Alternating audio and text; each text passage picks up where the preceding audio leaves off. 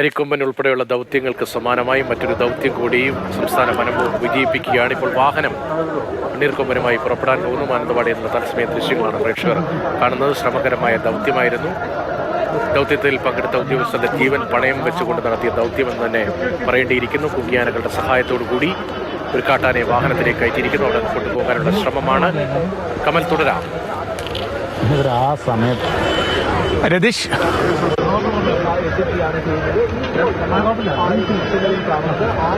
കമൽ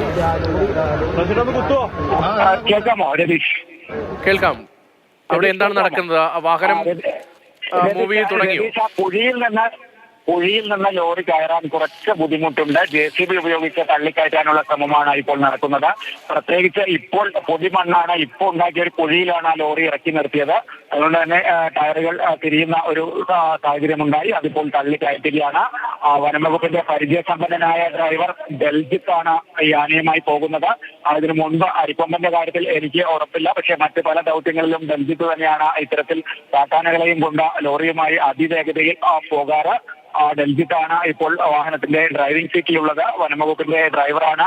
DFIയുടെ വാഹനം ഉൾപ്പെടെ ഓടിക്കുന്നതാണ്. പക്ഷേ ഇത്തരം ദൗത്യങ്ങളിൽ ഈ ആന എലഫന്റ് ആംബുലൻസിന്റെ ഡ്രൈവിംഗ് സീറ്റിൽ ഉണ്ടാകുന്നത് ഡൽജിത്താണ്. ഇപ്പോൾ എന്തായാലും ആ വാഹനം അവിടെ നിന്ന് കയറാൻ കുറച്ച് ബുദ്ധിമുട്ടുണ്ട്. JCB ഉപയോഗിച്ച് അതിനുള്ള സഹായം ഒരുക്കുകയാണ്. നമ്മൾ കണ്ടതാണ് നേരത്തെ ഈ പൊടി മണ്ണിൽ ഒരു കുഴി എടുത്തതാണ്. ആ മണ്ണിലേക്കാണ് ലോറി ഇറക്കി നിർത്തിയത്. അതുകൊണ്ട് തന്നെ അതിൻ്റെതായ ബുദ്ധിമുട്ടുണ്ടാകും. ആ മണ്ണിൽ നിന്ന് ചക്രങ്ങൾ തിരിയുന്ന ഒരു അവസ്ഥയുണ്ട്. എന്തായാലും JCB അടുത്ത് തന്നെയുണ്ട്. JCB ഉപയോഗിച്ച ലോറി അവിടെ മണ്ണ് മാറ്റിയോ എന്തോ ഒരു സൗകര്യം ഒരുക്കുന്ന ദൃശ്യങ്ങളാണ് കാണുന്നത്. 2 തവണ ശ്രമിച്ചു, ലോറി കയറുന്നില്ല. എന്തായാലും അതിനുള്ള സൗകര്യം ഒരുക്കാനുള്ള സംവിധാനങ്ങൾ അവിടെ തന്നെ ഉണ്ട്. അതുകൊണ്ട് ആ ബുദ്ധിമുട്ട് ഉണ്ടാകുകയില്ല. ബാക്കിൽ നിന്ന് JCBയുടെ JCB ഉപയോഗിച്ച തള്ളാനുള്ള ശ്രമമാണ് നടക്കുന്നതെന്ന് എനിക്ക് തോന്നുന്നു. എന്തായാലും അല്പസമയത്തിനുള്ളിൽ പുറപ്പെടും. അകമ്പടി പോകാനുള്ള ഉദ്യോഗസ്ഥരൊക്കെ വാഹനങ്ങളിൽ കയറി കഴിഞ്ഞു. ഇനി ലോറി അവിടെ നിന്ന് പുറപ്പെട്ടാൽ മതി. ഈ ദൗത്യത്തിന്റെ അവസാന ഘട്ടം ആണ്. ലോറിയുമായി ആനയുമായി ഈ എലഫന്റ് ആംബുലൻസ് എന്ന് നമ്മൾ വിളിക്കുന്ന വാഹനം പുറപ്പെടാൻ പോവുകയാണ്. എമർജൻസി ലൈറ്റൊക്കെ ലഭിച്ച വാഹനമാണ്. അത് അറക്കുഴിയിൽ നിന്ന് കയറിയിരിക്കുന്നു. ആളുകൾ അറപ്പ് വിളിക്കുന്നു. അത് ഡ്രൈവർ ഡൽജിത്ത് ആനയുമായി പുറപ്പെട്ടിരിക്കുന്നു.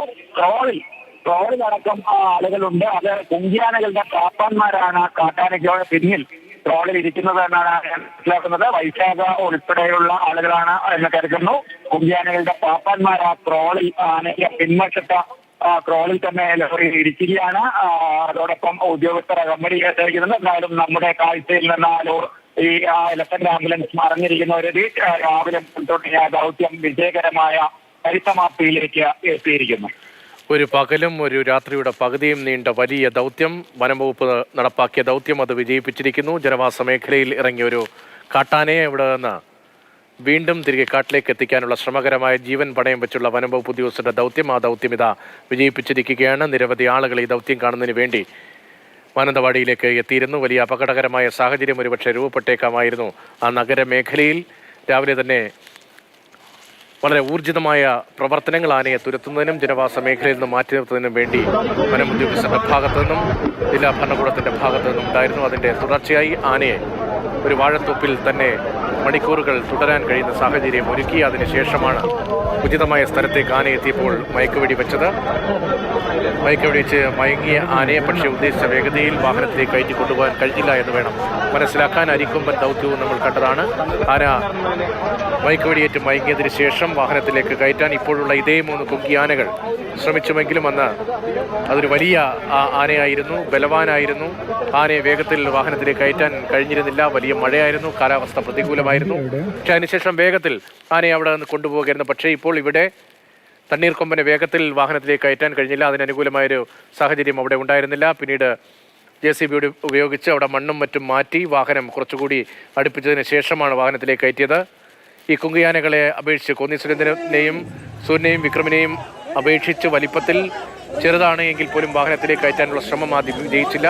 പിന്നീട് കോന്നി സുരേന്ദ്രൻ ബലം പ്രയോഗിച്ചാണ് ഈ ആനയെ വാഹനത്തിലേക്ക് കയറ്റിയത് എന്ന് നമ്മൾ ദൃശ്യങ്ങളിൽ കണ്ടതാണ്. ആന കയറാൻ വിമുഖത കാട്ടുന്നുമുണ്ടായിരുന്നു. ഒരുപക്ഷെ ആനയ്ക്ക് ചെറിയ പരിക്ക് പറ്റിയിട്ടുണ്ടാകും. സ്വാഭാവികമായും അക്കാര്യമടക്കം വനം ഉദ്യോഗസ്ഥർ പരിശോധിച്ചിട്ടുണ്ടാകാം. അതിനുശേഷം ഇപ്പോൾ വാഹനം മുന്നോട്ട് നീങ്ങുന്നു. ഇന്ന് രാത്രി തന്നെ വനമേഖലയിലേക്ക്, ബന്ദിപ്പൂർ വനമേഖലയിലേക്ക് കൊണ്ടുപോകുമോ രാത്രിയാത്രാ നിരോധനമടക്കം നടപ്പാക്കിയിട്ടുള്ള വന്യമൃഗങ്ങൾ പകലും രാത്രിയും ഒക്കെ ഇറങ്ങുന്ന പാതയിലൂടെ വേണം പോകാൻ. രാത്രി വാഹനത്തിൽ കൊണ്ടുപോകുമോ അതോ കൂടുതൽ പരിശോധനകൾ നടത്തേണ്ടതുണ്ടോ, മറ്റെന്തെങ്കിലും ക്രമീകരണം ആലോചിച്ചിട്ടുണ്ടോ തുടങ്ങിയ കാര്യങ്ങളിലൊക്കെ ഇനിയും വ്യക്തത വരേണ്ടതുണ്ട്. പക്ഷേ മാനന്തവാടിയെ സംബന്ധിച്ച് ഇത് വലിയ ആശ്വാസകരമായ കാര്യമാണ്, ആശ്വാസകരമായ ഒരു ദൗത്യം. അത് വിജയിപ്പിക്കാൻ ഒരു ദിവസം കൊണ്ട് തന്നെ വിജയിപ്പിക്കാൻ കഴിഞ്ഞു. മറ്റ് അപകടങ്ങളൊന്നും ഇല്ലാതെ വിജയിപ്പിക്കാൻ കഴിഞ്ഞു എന്നത് വളരെ പ്രധാനമാണ്. എന്തുകൊണ്ട് വന്യജീവികളുമായി ബന്ധപ്പെട്ട വിഷയം ഇത്രത്തോളം കർശനമായി നമ്മൾ ചർച്ച ചെയ്യുന്നു എന്നതിൻ്റെ ഉത്തരം കഴിഞ്ഞ ദിവസം 2 ദിവസം മുമ്പ് വനം മന്ത്രി നിയമസഭയിൽ വെച്ച കണക്കിൽ തന്നെയുണ്ട്. അരിക്കൊമ്പൻ ദൗത്യമടക്കം നടക്കുമ്പോഴും നിരവധി മനുഷ്യജീവനുകൾ കേരളത്തിൽ പൊലിയുന്നു. 2016 മുതൽ 2023 വരെ കഴിഞ്ഞ വർഷം അവസാനം വരെയുള്ള ഔദ്യോഗിക സർക്കാരിൻ്റെ കണക്കനുസരിച്ച് 909 പേർക്കാണ്, അതായത് 1000-ഓളം പേർക്ക് 909 പേർക്കാണ് സംസ്ഥാനത്ത് വന്യജീവി ആക്രമണത്തിൽ ജീവൻ നഷ്ടമായത്. 7492 പേർക്ക് 7492 പേർക്ക് ഈ വന്യജീവി ആക്രമണത്തിൽ പരിക്ക് പറ്റിയിട്ടുണ്ട്. 55,839 ഇടങ്ങളിൽ 55,839 ഇടങ്ങളിൽ 2016 മുതൽ 23 വരെ വന്യജീവി ആക്രമണങ്ങൾ നടന്നു. പല കുടുംബങ്ങളും അനാഥമായി. ദാരുണമായ പല സംഭവങ്ങളും നമ്മുടെ കൺമുന്നിലുണ്ട്.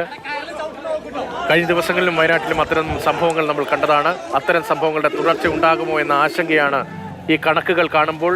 900-ലധികം ആളുകൾക്ക് 909 പേർക്ക് 8 വർഷത്തിനിടയിൽ വന്യജീവി ആക്രമണത്തിൽ ജീവൻ നഷ്ടമാകുമ്പോൾ ഇത്തരം ദൗത്യങ്ങൾ അനിവാര്യമായി വരുന്നുണ്ട്.